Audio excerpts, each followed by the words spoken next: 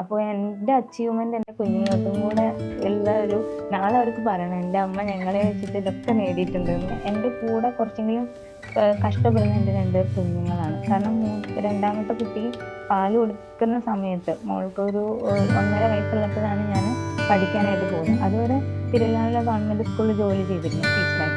അപ്പോൾ സ്കൂളിൽ രാവിലെ ഒരു 10 മണിക്ക് പോയാൽ 4 മണിയാകുമ്പോഴേക്കും നമുക്ക് 4:30 ആകുമ്പോഴേക്കും തിരിച്ച് വീട്ടിലെത്താം. അപ്പോൾ കുട്ടീനെ അത് വെച്ച് മാനേജ് ചെയ്ത് പോകുമായിരുന്നു. പക്ഷെ കോളേജിൽ പോകുമ്പോൾ നമുക്ക് രാവിലെ നേരത്തെ പോകണം, ഒരു 6 മണിക്കൊക്കെ പോകണം.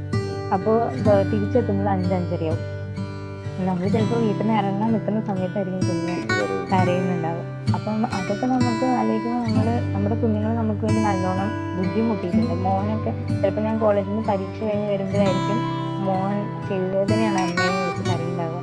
നമുക്ക് പറഞ്ഞു തരാൻ പറ്റില്ലല്ലോ, ബസ്സിന്ന് നമുക്ക് കരയാനേ നിവർത്തിയുള്ളൂ. വീട്ടിലെത്തിയതും കുട്ടിയും കൊണ്ട് ഹോസ്പിറ്റലിൽ പോകണം. എന്നിട്ട് തൊട്ടടുത്ത ദിവസങ്ങളിൽ പരീക്ഷയായിരിക്കും. ഞങ്ങൾ ബാത്റൂമിൽ ഇരുന്നിട്ടും യാത്രയിലും അങ്ങനെ പഠിക്കാനായിട്ട് ഒരുപാട് ബുദ്ധിമുട്ടിയിട്ടുണ്ട്.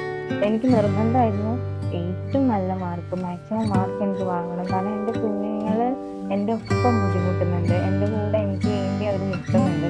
അപ്പോൾ എൻ്റെ അച്ചീവ്മെന്റ് എൻ്റെ കുഞ്ഞുങ്ങൾക്കും കൂടെ ഉള്ള ഒരു നാളെ അവർക്ക് പറയണം എൻ്റെ അമ്മ ഞങ്ങളെ വെച്ചിട്ട് ഇതൊക്കെ നേടിയിട്ടുണ്ട് എന്ന് പറയണം.